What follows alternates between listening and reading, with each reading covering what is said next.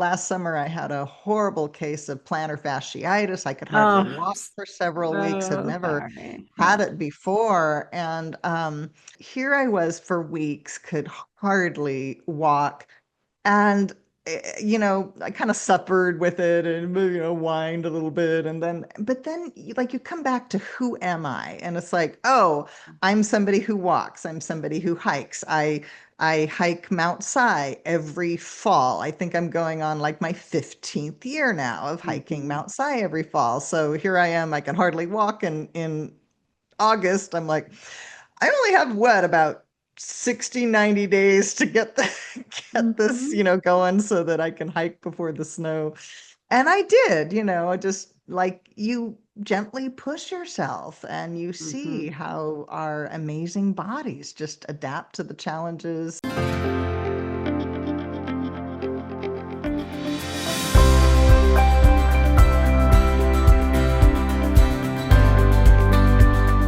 What if the best chapter of your life hasn't even begun yet?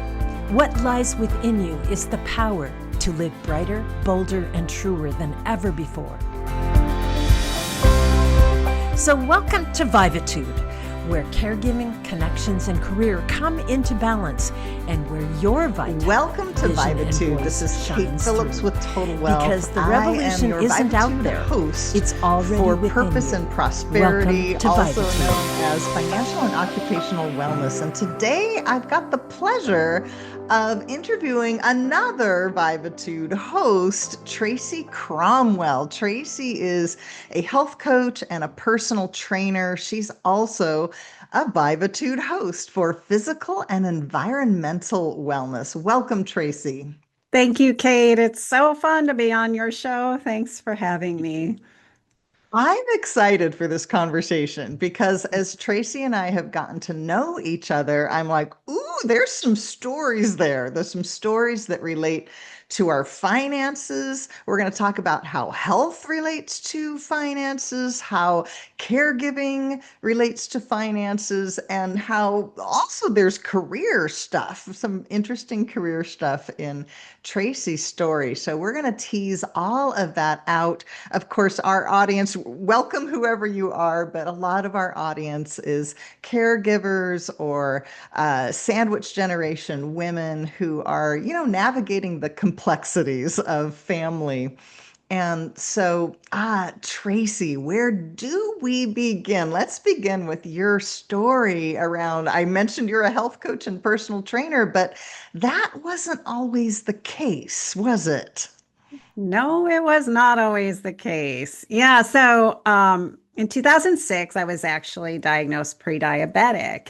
And I was at a Mhm. stage in my life that I was working a lot of hours. I wasn't taking care of myself. I had been pretty athletic in the past, but I was pretty much a yo-yo dieter, very emotional towards my body, emotional towards food. And at that time, I was interesting enough, I was kind of in a happy place, not working out, but I loved wine pairing with chocolate. And so it just escalated. The next thing I know, I'm not feeling very well. I'm very tired, having these urgent, shoot, I got to get to the bathroom, all those types of things. And seeing the weight come on. And I went to the doctor and they said, hey, you're pre-diabetic. However, you can do something about it. And so, Ooh, so, that's a good doctor. yes, she said I could do something about it. And so gave me some direction. But what was interesting to me was it actually was an amazing catalyst for me to say, oh my gosh, I have a doctor's note. I'm allowed to take care of myself now. Whereas before, I always felt very guilty taking care of myself. Or if yeah, Wow. and I didn't want to eat, I didn't want to not eat what was served to me, but I always knew I didn't feel good when I ate pancakes or I ate, stuff that's supposed to be good or a peanut butter jelly sandwich or something. But all of a sudden, Mhm. I had a note from my doctor said, I need to change. So I went home with that note and it, basically changed my life forever. So that's how I started kind of getting into this, learning about nutrition, learning about health, and embracing that opportunity. Wow. A couple of interviews ago, I interviewed a friend of mine who now is also a personal trainer down in Portland. She does exercise classes. It's her Hmm. second career. She just started it like a year ago, and she was all concerned, like, oh, what if nobody wants to come to my classes? And she's teaching at a couple of colleges now, and oh gosh, what Pilates and other group exercises. She's got a wait list now. She's only been in Hmm. business for a year and she's got a wait list. And her story was similar with, you know, she struggled just to even try to walk a Oh, mile or two when wow. she Wow. was in her Hmm. 20s and her 30s. And so I love it. A lot of us that we do what we do, our purpose isn't because it's the thing that's always been easy for us. Lord knows money has not always been easy for me, and there's Yeah. still things that I struggle with. Here we are in tax season, and there's just something about tax season that makes me want to, like hide in a hole. Um, but we go through our journeys and then we help other people with the Hmm. things that we are learning and the things that we are conquering. So I Hmm. just absolutely love that. Tell me a little more about your business today and what are some of the challenges that you're helping women with? Or I'm assuming it's women, but it might Yeah, be I have men as women and well. men, and Great. yeah, and I tend to attract anyone 40s and up, and a lot of my clients they want to be able to be strong and feel good and age really on their own terms. And so busy, very busy careers, high tech, and they feel the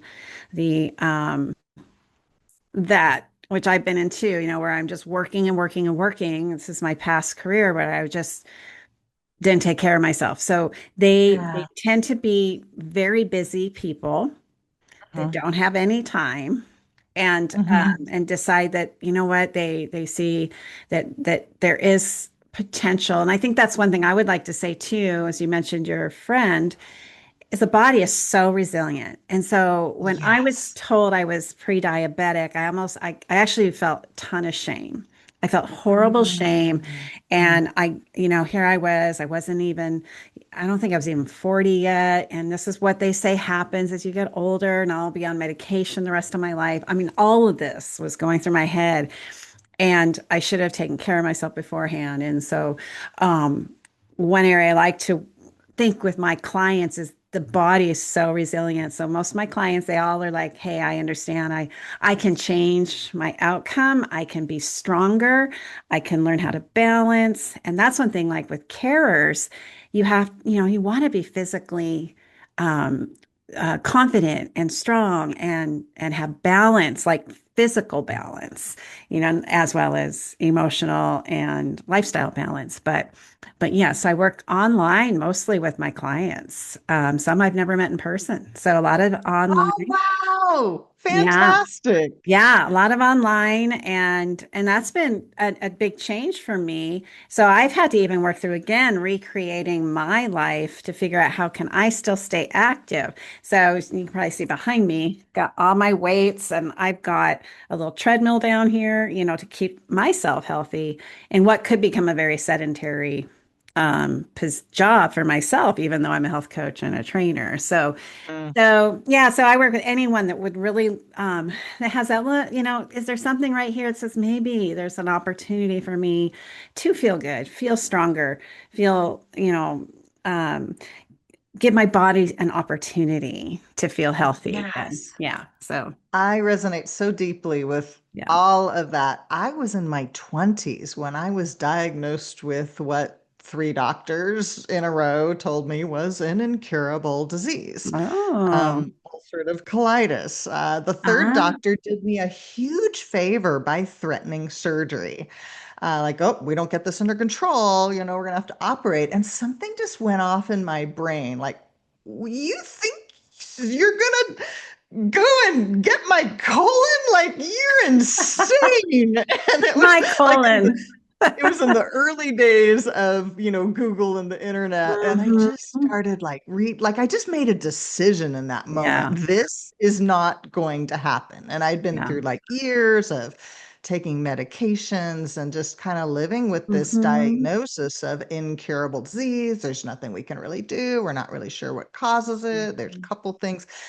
Pretty soon I'm teaching my doctors about probiotics and this and that. And like within, started seeing a naturopath. Within less than 2 years, I was off all of my I've been over 30 years, no medications, like maybe a couple of setbacks, but like I don't identify as somebody with that disease anymore. And Congrats. I That's amazing. understand, Yep.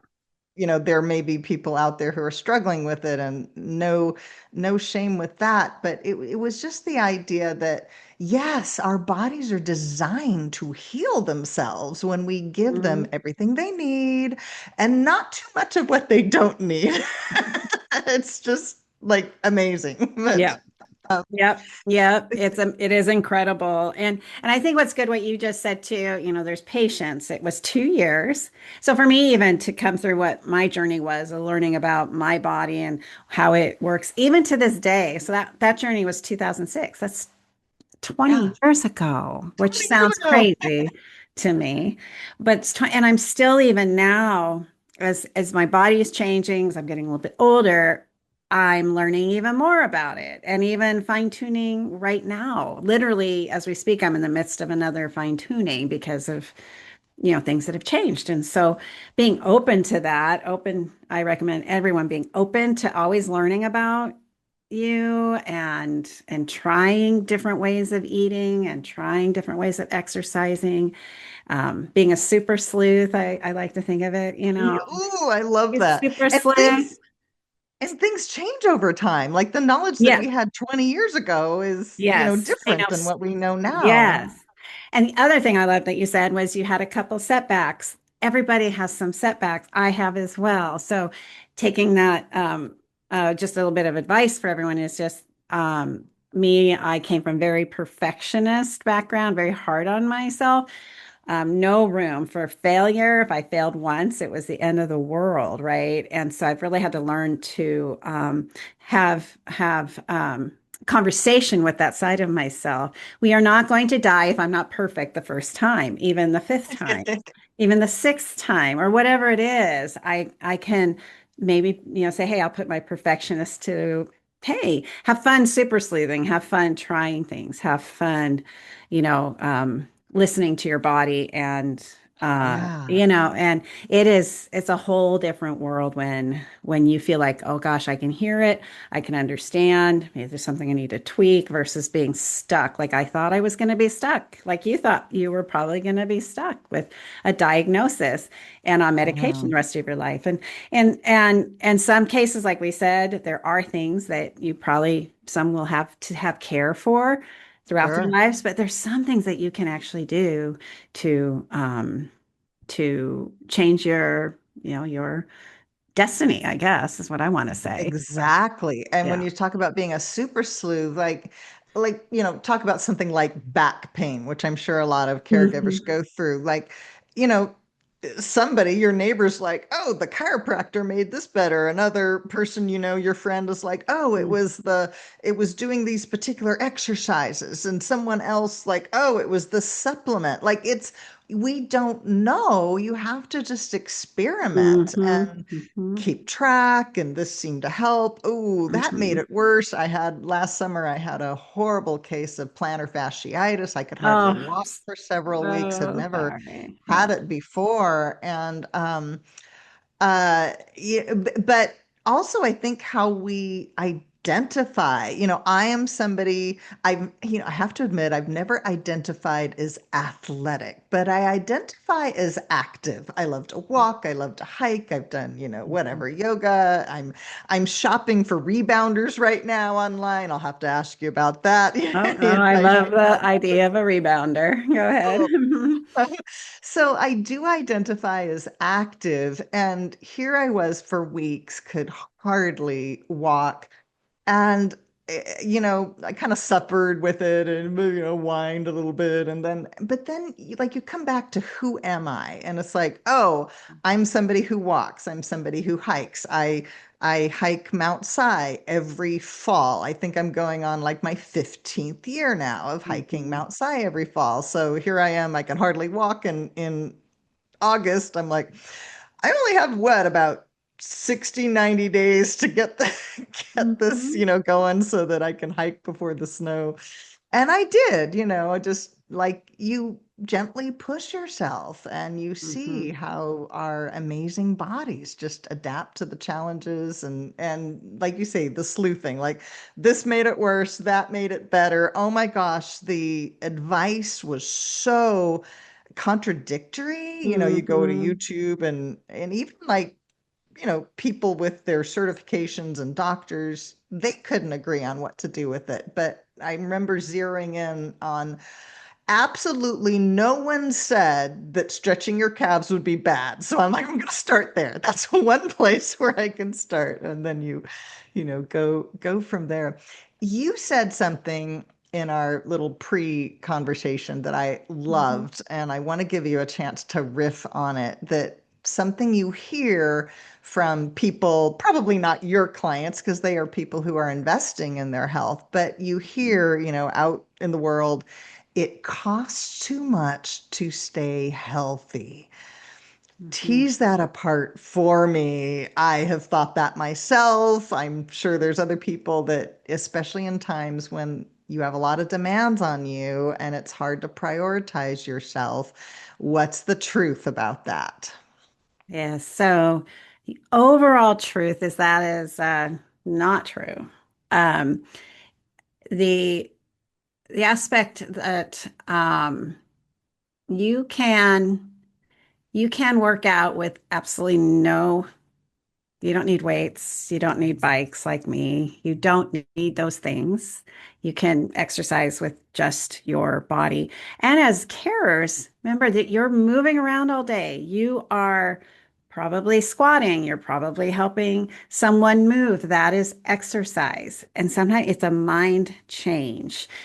And so the other aspect is, it doesn't cost anything to go for a walk. And we'll come back to that again because I can hear myself saying, well, I don't even have time to do that. So we'll come back to that if we have time. But as far as even food, um, that one can cost a lot depending on how you're transitioning to healthy. Mm. Or you can make it very affordable with just some planning. And that would be, uh, you know, um, try and stay away from the quote unquote processed healthy microwave foods, the processed protein bars, things Okay. like that right now they can add up. And so what I like to do is help people, usually when I start with someone, we just do a super sleuth session. When do they get up? Mm. How much time? How many minutes to this? How many minutes to that? Yeah. How long are they working? How much time before kids get home? Or everyone's life is so different. And what's the pantry look like right now? Where with no guilt, we're just having fun, like seeing what things look like. And then we start designing. One of the biggest things I had to learn was just my biggest step was not necessarily that I gave up anything right away, but I started to introduce something nutritionally better for myself, just a little at a time. I think if you were to say, I'm going to dump all of these food items out the door and I'm going to throw all this food out and I'm going to bring in all new, the high chance that you're going to end up rebounding and throwing away all that healthy food you just bought is pretty high, you know? And so learning how to buy, that's what I help people with. So I know for me, when I go out to eat or I'm too lazy, I spend a ton of money. Even if Mm, I'm buying the mm, healthy thing, it's a lot of money. But if I step back and I say, "Oh my gosh, really? Um, it can cost about this much per person to mhm. have nutrient dense foods, which helps stop cravings, which helps you stop eating food you don't really need." And so again, however anyone is coming forward with this. So the other thing I want to say is that if we don't make a change, say for me being that, gosh, the statistics today of people walking around with metabolic syndromes and type 2 Mm. diabetes and kids that have type 2 diabetes and they're Oh maybe my 10 God, years old it is kills me. it's really bad, everybody. And I don't want to sugarcoat it. A lot of people that are in the healthcare industry are metabolically ill because they're on these crazy schedules. But if we take that moment to stop and say, is that what I want for myself in my life? Or can I start making small changes and be patient and try and reverse it?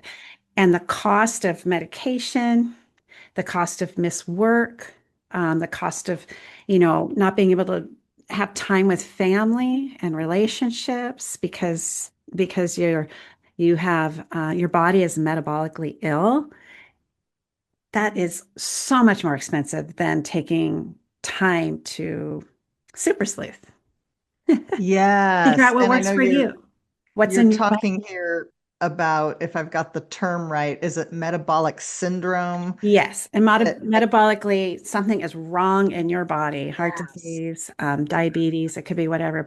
And a lot of those are lifestyle illnesses that could be reversed, And Sure. when we just have too much stress, we have too much coming at us physically, environmentally, the body is not able to handle that.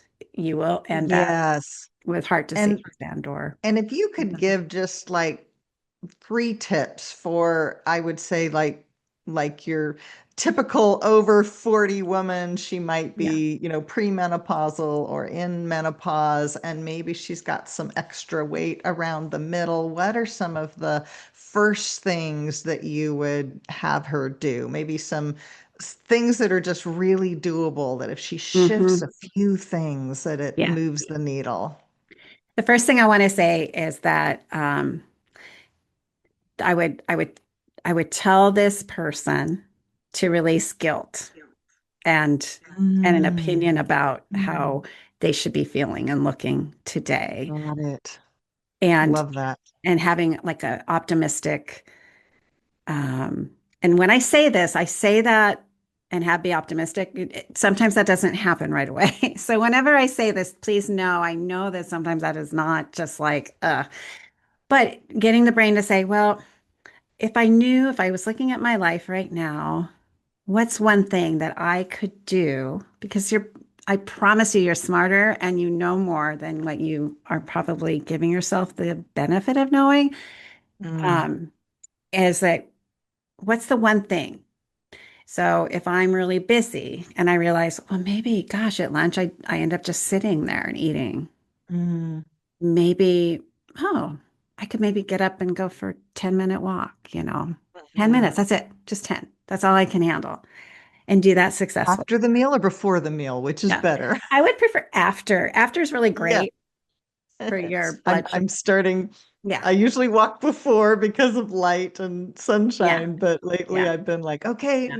now dinner's over. I'll be back in 10 minutes. Got to get in Yeah. my If, little. if you have to pick one, preferably, walk, Yeah. Okay.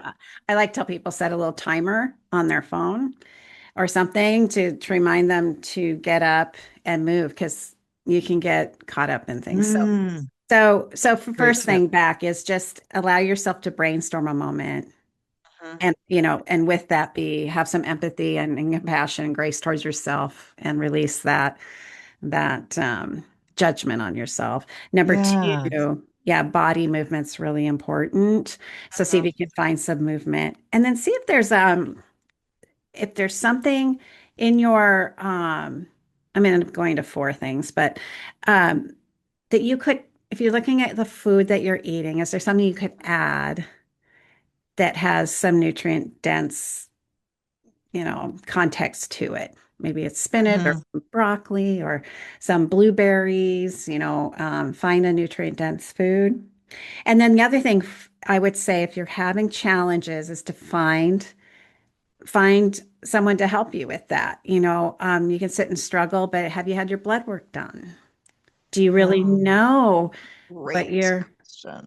yeah, do you know what your hormone levels are? Because when you don't know what those Mm. are, you have no testosterone and things like that, you can be struggling for no reason. And so finding Yeah. that can help you do a whole blood panel. Once you know all Mhm. your blood work, then there's like, oh, okay, I need a little bit of this or some of that. But operating blind can just be really frustrating. So if Absolutely. that's When four. I was the whole blood work thing and getting somebody to help you when I was Hmm. caregiving my father and also going through this huge financial storm because I Hmm. was a real estate investor during the big, the big housing 2008. market crash. Hmm. And and that was back before we had health insurance where you couldn't be rejected for pre-existing conditions. I didn't for a time. I had no health insurance, and I felt like I was dying, and I was afraid. Like I'd get out of bed in the morning. 45 minutes later, I'd have to take a nap. I'm like, what is the matter with me? And I was terrified to go get that work done, like go get checked out because I thought, I must be dying of cancer and then it won't be covered by my insurance. So I finally got Hmm. insurance. I had felt awful for about 6 months, went to the doc. I said, run every test you've got. Hmm. Went back. She's like, this looks good. That looks good. That looks perfect. That looks good. Oh, you're totally anemic. We can fix that. It was like literally the best news of my life. It was like, Yeah. we can fix this with some iron Iron. pills. Well, and it's true. We can be like, oh, I don't want to go because I don't want to spend the money to go. Mhm. I don't want to spend the money on the test. However, think about all the things that you're missing out on because you're Oh, not going. Another one yeah. is vitamin D. I know it's not covered by insurance, and sometimes doctors will say, oh, you don't need to get that tested. Most people, especially in Washington, are low on it. Just take some, Mm. but I always tell my client, get your vitamin D levels tested because you don't want to take too much, and you sure as heck don't want to be too low. It's Yeah. hormone, and so allowing yourself grace, picking a way to be active. Even if it's a few minutes to start, find some nutrient dense item you can add Yes. adding to our plate, and then also make sure you know what your panels are, and it's Got then you it. have a nice solid place to start. Yeah, get your baseline and Yeah. and the things you mentioned, like what is it that you could be missing out on? I mean, I have no energy to even like work. I'm like, Yeah. it's really bad when you're like the breadwinner in the family and you Yeah. can't stay awake for 4 hours, like Yeah. so we do get back so much. And I know as a, finance person that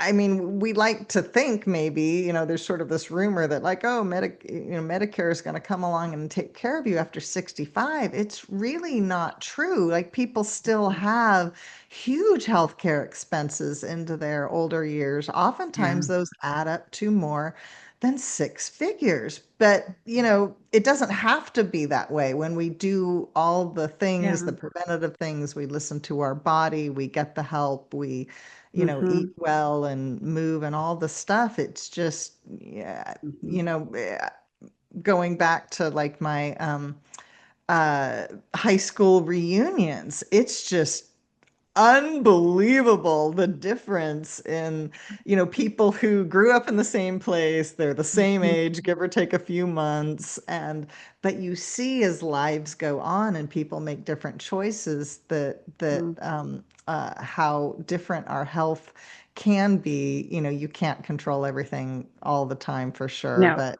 no. controlling what we can, I know, is Yeah. important. We are going to actually jump to a break. I'm here with Tracy Cromwell, and we're going to dive into really where it is that our health and caregiving, especially where caregiving intersects our finances. We're going to dive into kind of another chapter of her story in just a minute. We'll be right back with Vivatude. Thanks for listening to Vivatude. 4 hosts, 1 each week. We help you revivitude your next chapter because purpose, passion, and prosperity isn't out there. They're already within you. Brighter, bolder, truer. Vivatude.